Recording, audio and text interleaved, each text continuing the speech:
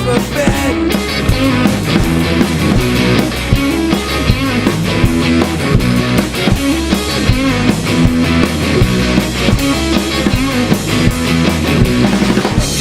Up off the ground and start walking. All that screaming you do is just talking. The music is loud and the feelings are bad, but you can still get proud and you can still get mad.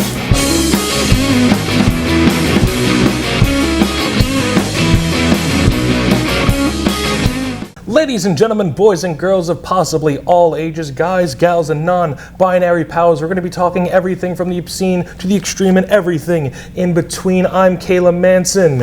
And I'm the Freight Train. And today, Ringside remembers Barry Ace. Thanks for being here, Barry. Yeah, thanks for being here, Barry. Appreciate it. Always great to be here in Gloucester. Yeah. We couldn't think of anyone to top Draven Filth, and then your name popped up, and I was like, well, obviously. Oh, yeah, obviously, yeah. The next step.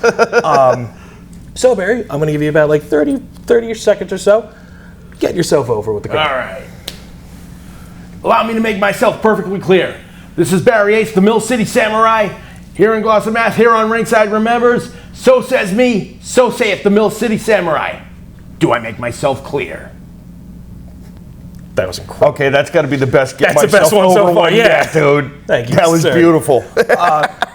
Mill City Samurai, where did that come from? Was that a new evolution of Barry Ace? Kind of. I mean, I won't lie. It was actually Nick Rage who came up with that. Okay. Because NQW told me that the Premier Player nickname wasn't really working because I'm face there and... Yep. Premier, So very heel name. I get it. Yeah. Nick Rage, fantastic man. Hopefully yeah. we can have him on the show at some point in Yeah, the future. sometime we need Nick Rage here. So, when did you break into the business? When did you start wrestling? I actually started as a street teamer for NECW and Okay.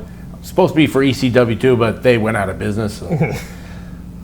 So I got in there and also started working with NWA New England. Okay. Oh, cool. As training or? Yeah, both. Okay. Oh shit. Okay. So then, what got you into wrestling? What got you into the whole business? What moment sparked and you were like, that's what I got to do? Well, there was a couple of them. Back when I was a kid, Hulk Hogan had a Saturday morning cartoon on. Yep. Which I used to watch. That was a great cartoon. And then I remember I watched. I think it was Superstars of Wrestling. All I remember was George the Animal Steel was in that match. And I do remember watching a Saturday night's main event with Macho Man against the Honky Tonk Man. Okay. All right. But I think when I got really got into it was when my friend was telling me how awesome WrestleMania 5 was. Okay. So I checked out. I got hooked. Just from there, yeah. I think I've said it before with Bosch and with Alex, is that no matter where, it's always there's always something in wrestling that the WrestleMania 5 where it catches you and you're like, that's it. Is there any moment in that show that you're hooked, or is it just the second you hit play, pageantry, the match starts and it's well, damn, I'm in it. Probably the whole thing. Yeah. So I'll ask this now to be vague, but also trying to get more depth into you. Who is Barry Ace? How did that start? How did that become your being in wrestling? Yeah, sometimes I'm still trying to figure that out myself. No, but seriously, it actually started as a joke because it was on a message board on the Florida Independent scene. Because Okay. I used to look on there a lot too. And there was these two guys, Blair and Bobby Rogers. Okay. So I used to post as Barry Rogers on there as a joke. I would be their cousin, and their gimmick was that they were the grandsons of Buddy Rogers, the original Nature Boy, the first ever WWE champion. Yep. Okay. But then I started. The name kind of started to stick with me, and then but it's maybe I can't really use Rogers because Can I step on the grave of because blood? I was because I started calling myself Barry Ace Rogers, and okay, I gotta figure out a new last name. Okay, Barry Ace, Barry Ace. Oh, that's it, Barry Ace. Yeah, it's just Now originally I was gonna use the name Johnny Vegas, but then I found out there was a Johnny Vegas. Here in New England. It's always the worst. See, I was going to name myself The Undertaker, but apparently there's some little dude. I don't know. Listen, I've been stuck with Freight Train for 34 years, so Yeah, you're not. That skin is forever. Yeah, on that you. skin's forever on me. So, what year did you start wrestling then? Like, how far back does it go? Because him over 30 years, me coming up on, or I'm 9 now. Well, I started training in 2001. Okay. And I remember my first training match was a 6-man. It was us trainees against the trainers. And one of them that I teamed up with was Todd Hansen, who later became Ivar in WWE. Oh, okay. Really? Yep. That's nice. All right. So, are there any standout moments from either your early, late, mid, like any standouts in particular that you can look back at and be like, if someone were to ask you, like, make a highlight reel, like, what's the moments you would tell them to look for? Probably my very first night as an in-ring performer. It wasn't wrestling, but it was where me and the rest of the Kingdom of Darkness ambushed Jimmy Snuka. Oh, nice. So it's like, wow, my very first night as a performer, I'm working with a big name. To beat up Yeah. Jimmy Snuka, the man who has done nothing of note legally. Yeah, okay, we're not going down there. Just in we're case. not going down that just path. in case. Gotta cover He's all gone. tracks. R.I.P. Yeah. Yeah. You rest. Nothing else. So, debuting, you're jumping Jimmy Snuka with the Kingdom of what? The Kingdom Darkness. of Darkness. Yep. Now, who was a part of that? Were you kind of like Undertaker's minions type deal, or were you Well, like I an was- official member? I was the lackey for Damien Darkside, who was the manager of the KOD. Gotcha. And let's see, in the group it was the Black Dragon, Dark Angel, and Vertebreaker. Dude, there's actually some pretty cool names in I was that. going to say Vertebreaker. I know it's a move, but that's also just a cool name. Yeah. So, that flies a psyop. So early career with the KOD, how long did that last? Was that kind of like a one-off thing? A couple of months. Okay. Because now, when I was there, I wasn't Barry Ace Yeah. at first. I was Sebastian. Now, originally, the Sebastian gimmick was supposed to be a groupie for Apocalypse, who also known as Stiff Mike. Oh, Big Stiff Mike? Because Okay. the red and black. But then he turned face, and so I changed the face paint design to look like Jason from Friday the 13th. Very nice. Nice. Got quite a mention on the official Friday the 13th website. Oh, that's Oh, cool. So when did you have your first like real match, I should say? Like when was that part of the KOD or was it like It was later? It was back in 2003 in Roxbury. Who'd you face? Well, it was actually in a battle royal, Usually how this works. and I remember I kept rolling with some guy named Brian Starr. I don't know whatever happened to him though. Brian Starr, if you're out there, call us. Yeah, let us know. You'll be next on yeah. the show. Yeah, we'll bring you in. So, first match, Battle Royal. With how long you've been in the business, you've probably wrestled hundreds of times. Yeah. What matches to you are like the best ones? Wow. Basically, any match I ever have with Frank Bones is a good one. Frank Bones, consistently fantastic. Yeah, consistent Oh, yeah. and amazing wrestler. And let's see, I had a lot of great matches with the Wrecking Crew. And that was Nick Rage, Freddie D and Noah Cummings. Noah Cummings. Yeah, okay. when they stole my name.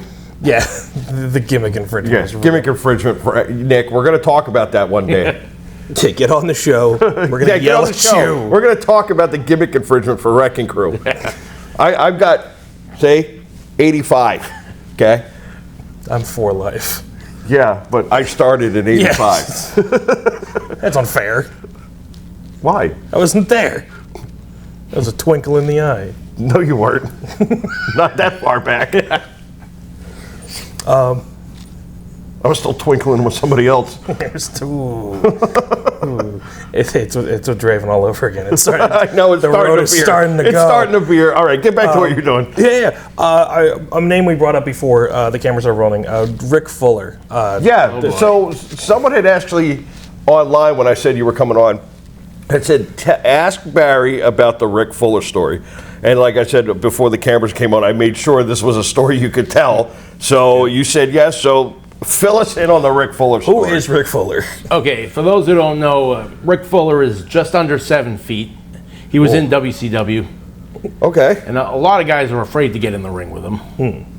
Anyway, we had this one show in Woburn, and Darkside didn't make it to the show, and I was supposed to do some spot with Apocalypse, but like I said, Darkside didn't make it to the show, but instead they decided to have me ref, and I wasn't really trained to be a ref. Okay. So I ended up messing up the spot there, and then Fuller attacked me for real. Oh. Like, what happened? Did you win? Nah, I don't know what happened. In fact, I thought that was going to be the finish. It's all a blur, but slightly. So basically, Rick Fuller, you were in a match as a referee. Rick Fuller was in the match. A missed spot happened or something like that, Yeah. and he took it out on you for Yep. real, legit. Yep. Unprofessional. Yeah, that's unprofessional completely. Yeah, I remember right after that, Todd Hansen, who I said is now Ivar in WWE. Yep. Even he was like, "Wow, you took a real ass kicking from Fuller." What a backhanded compliment. Yeah, right. You can get your ass kicked well out there. Anyway, here's something you'll probably get a kick out of. A few years after that, I was at a comic convention in Framingham, Okay. and I saw Jimmy Jack Cash there. There's another guy on the independent scene here. I said hi to him, and he introduced me to some of the WWE guys there. All right. And when he introduced me to Nunzio or Little Guido, whatever you want to call him, he goes, "Hey, you know Rick Fuller, right? Yeah, this guy actually got attacked by him for real when he was reffing his match." And then Nunzio looked at me and goes, "That was you?" And I said, Legend "Yeah, spread. you heard about that, huh?" And he goes, "Dude, even Vince has heard about that." The man who survived Rick Fuller. Yeah. So I guess speaking of people who were in one way or another influential to your career, who do you think has been the most influential to you as a performer? Like, who has made you change the most out of your time here in the wrestling business? It's a tough one. I haven't really thought about it much. Well, I know Darkseid was probably like a big one, but me and him don't talk anymore. Yeah, life happens, you know. Yeah. Anyone else that come to mind, or is it like he was kind of like the one that kind of brought you and kind of kept you under the wing? And like, I think everyone I've ever come into contact with pretty much does. Okay, hell yeah. So with I know we brought up Frank Bones, you were with the Wrecking Crew. There's a little place that used to be that probably a lot of people don't know. Good old Carmine's. Oh yeah, Carmine's right in Gloucester. But I know where this is going. It was just not yet. We're gonna hold that. But it was a storage unit in Magnolia, and it was down and dirty, very much so. Yeah. Very guerrilla style wrestling. I know a lot of people look back at that fondly. I know I do. It kind of gave. How much did that help you as a performer? Because I know for myself, it let me be a lot more creative in the nature of like how wrestling is. Yes. Same way. I mean, I also got a lot more experience. And you know, with Carmine's, I think there's a lot of history that comes with it, a lot of lore around it.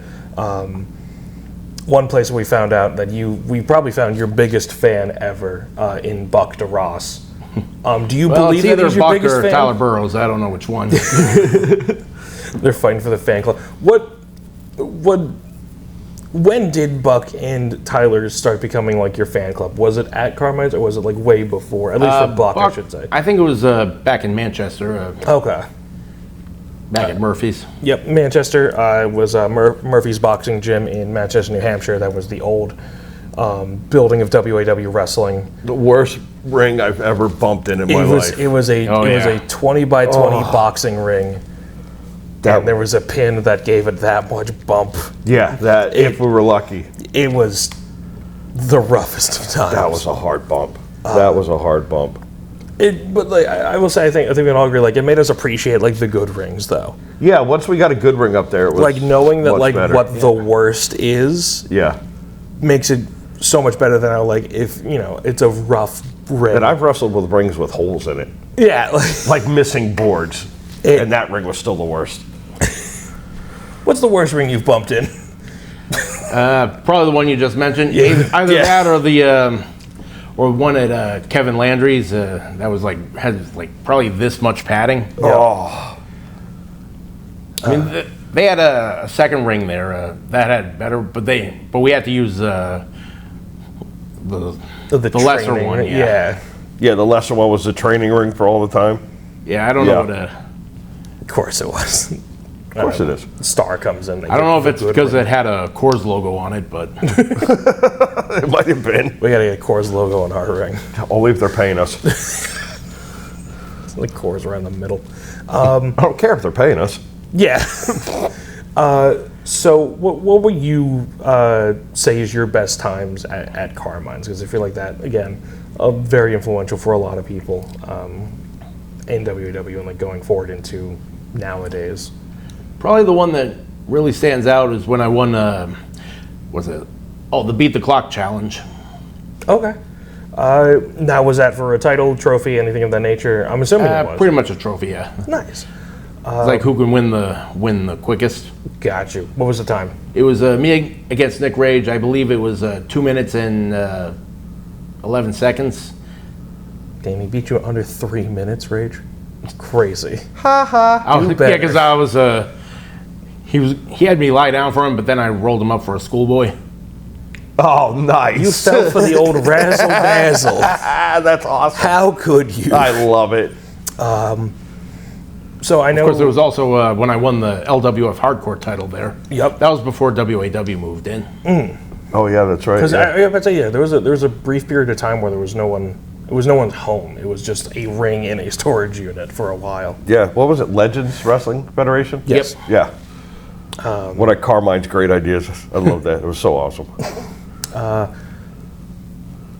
But again, bringing into with Carmine's, you made the transition from in-ring performer to manager, and then into on-screen personality, either being general manager or mainly announcer. With that being said, what brought about the main event kick? Well, the main The event thing kick. that I would hear Buck scream every time it happened. I don't remember how I actually thought about the main event kick, but what I do remember was that it was on at Legacy, Yep, and I wanted to have a Legacy moment of my own, so of course. I just decided to just do a quick heel kick, and then it was supposed to be a one-night only thing, but And then- it ended up being a regular thing. It popped You enough that like, you guys yeah, keep it doing popped it. Buck, Yeah. and now it became a staple. What legacy was that? Was that the one that was OCW versus WAW? It might have been, yeah. I think it was that one. It might have been that one. Hopefully, we'll get the archival footage out to the world at some point of all that, because that's a year and a half, 2 years of footage just sitting there. Yeah, there's a lot of footage there. So, in regards to the main event kick, Here it comes. this is the thing. I also just remembered. These last 4 questions have led to this the one. referee was Jeremy Bell, rest in peace. Oh, yeah, that's and, right. Jeremy was there. He was right there. I can't believe he kept a straight face. He was good, though. I think He was amazing. I think the only time I've ever seen Jeremy Bell break was once when Flax was in the ring, and I got him to break once, but it was only for like half a second. And it was just something I said which was very inappropriate while in the ring that got him. But no, he was like stone-faced most of the time. It was incredible, like the amount of professionalism that he showed.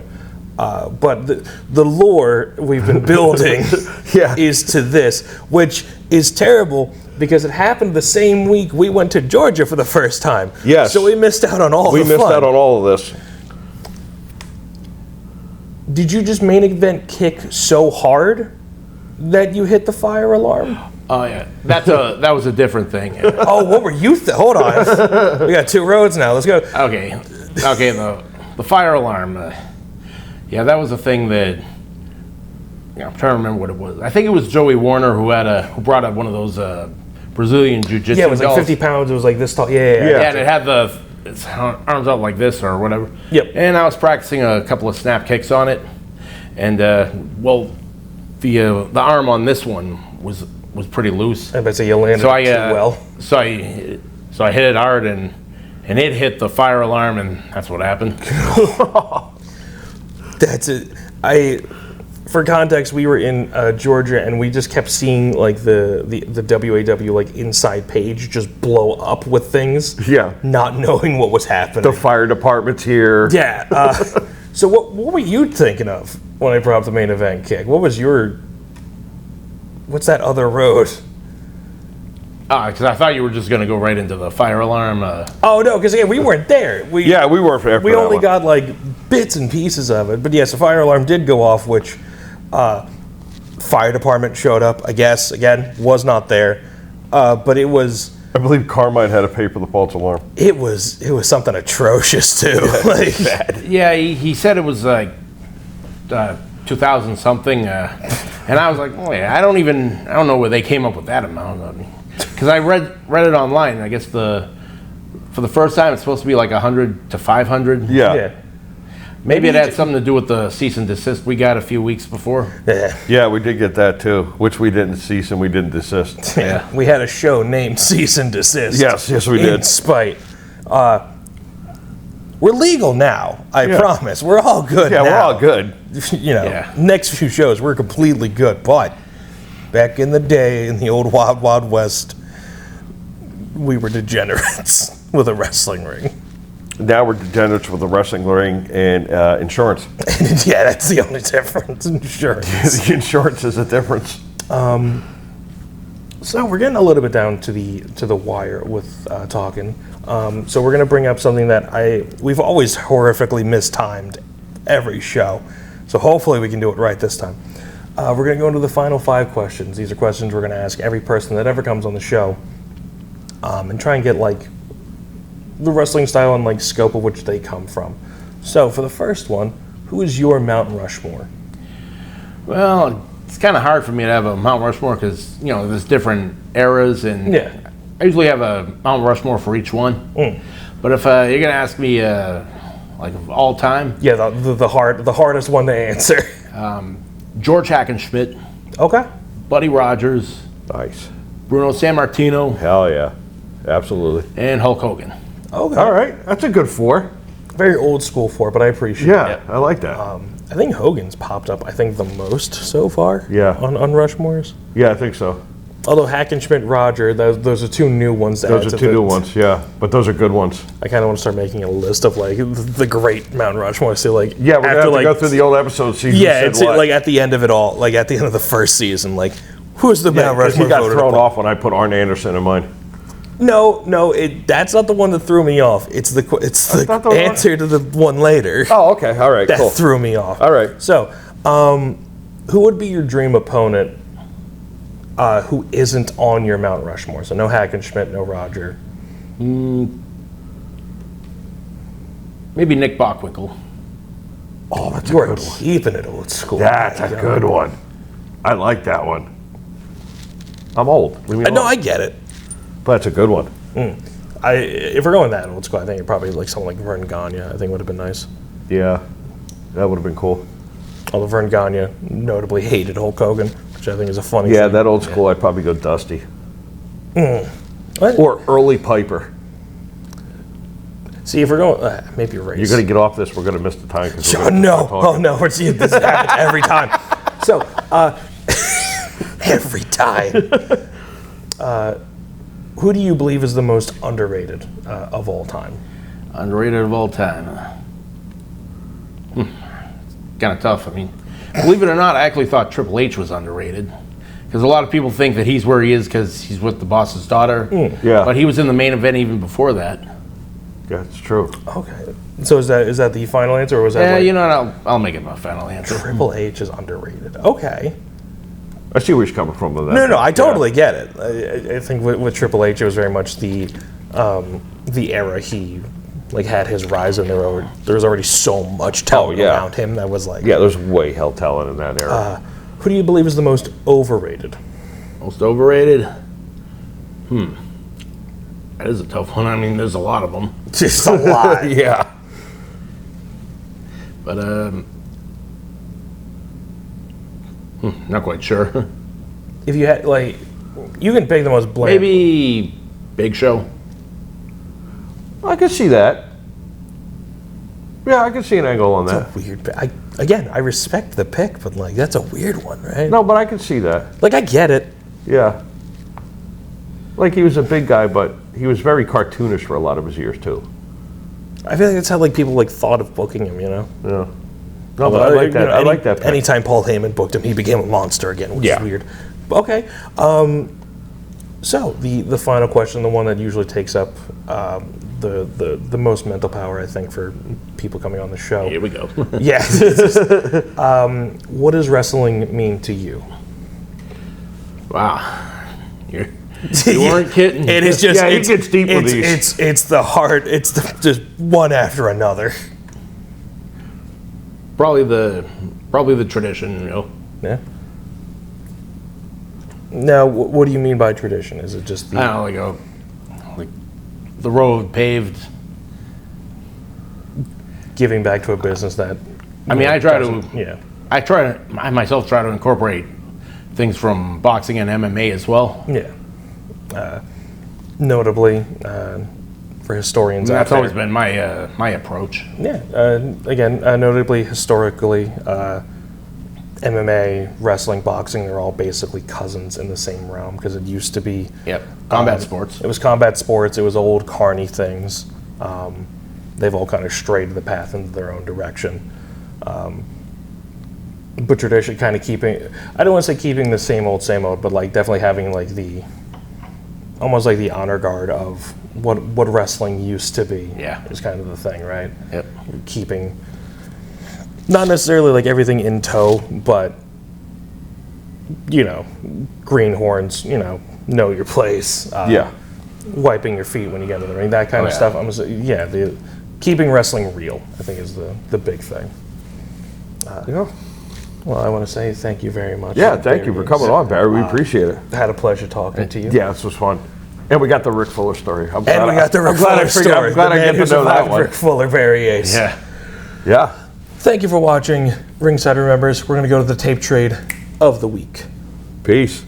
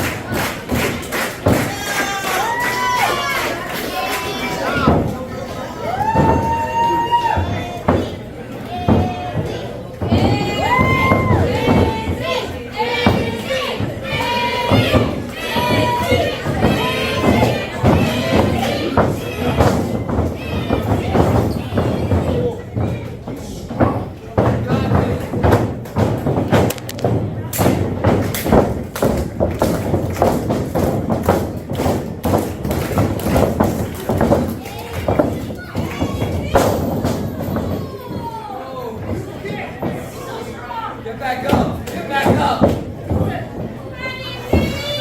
got a strong dude, all right. All right, I know the play. Let's go.